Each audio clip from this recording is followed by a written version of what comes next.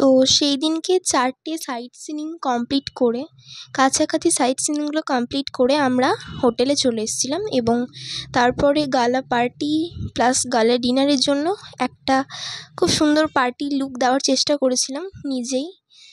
তো মা একটা কুর্তি পরেছিল খুব সুন্দর কাজ করা, আর আমি পরেছিলাম একটা ফ্রক টাইপের। তো আমরা মানে খুব সিম্পল লুক দিয়ে যে মানে হোটেলের গ্রাউন্ড ফ্লোরে আমাদের পার্টিটা অ্যারেঞ্জ করা হয়েছিল, গালা পার্টিটা। তো সেখানে সবাই ছিলাম, আর পেছনে ছিল যাযাবর দাঁড়িয়ে ছিল আঙ্কেলরা, যাযাবর আঙ্কেলরা, আর কয়েকটা বোন দিদি সব ছিল সবাই। তো আমরা খুব এনজয় করেছিলাম বলতে গেলে। তো মকটেল খেয়েছিলাম, তারপরে স্ন্যাক্সে ছিল অনেক কিছু, ফিশ ফিঙ্গার, তারপরে কর্ন ফ্রাই টাইপের কিছু ছিল, তারপরে বাদাম সেটাকে মানে চাট টাইপের করে নিয়েছিল, আরও অনেক কিছু ছিল। হ্যাঁ, চিকেন একটা কাবাব টাইপের ছিল। তো ওটা আমার খুব ভালো লেগেছিলো। আর ফিশ ফিঙ্গারটা তো আমার দারুণই লেগেছিলো, খুব সুন্দর হয়েছিল, ভীষণ ক্রিস্পি ছিল ওপরটা। আর এখানে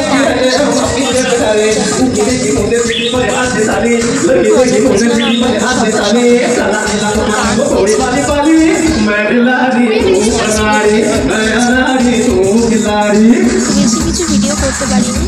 হ্যাঁ, আর এর সাথে সস ছিল, চা ছিল, কফি ছিল। আর